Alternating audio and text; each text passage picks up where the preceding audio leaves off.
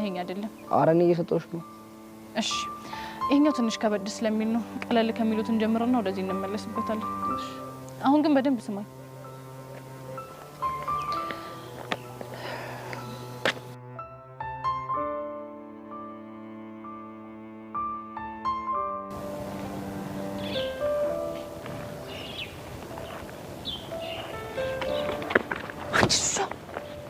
ምን እያየሽ ነው ምንድነው ታስተነክቺኝ ምን እያየሽ ነው የፍቅር ማቴማቲክስ ያስጠላችሁ ማለት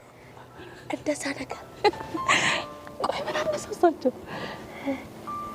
ያሬድ ማትስ ከብዶት ነው አሃ ያጠና መሆኑ ነው ቆይ እሱ ከመቼ ጀምሮ ማጥናት የጀመረው ከቤዛ ጋር ከተጣሉ በኋላ ነው ኦኬ በእንደዚህ አይነት መልኩ ሊቀርባት መሆኑ ነው እንደዛ ነገር ከዚህ ሌላ ምንም አማራጭ እንደሌለው